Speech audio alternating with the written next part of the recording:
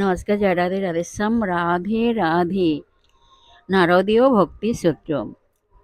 তবে সব বাধাই দূর হয়ে যায়। নারদীয় ভক্তি সূত্র।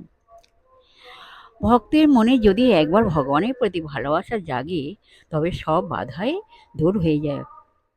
বাঘ যেমন কপ কপ করে জানোয়ার খেয়ে ফেলে, তেমনি অনুরাগ বাঘ কাম ক্রোধ এইসব রিপুদের খেয়ে ফেলে। ঈশ্বরে একবার অনুরাগ হলে কাম ক্রোধ আদি থাকে না। অর্থাৎ ঈশ্বরের প্রতি তীব্র আকর্ষণ ঈশ্বর উপলব্ধির সব বাধা বিঘ্ন দূর করে দেয়।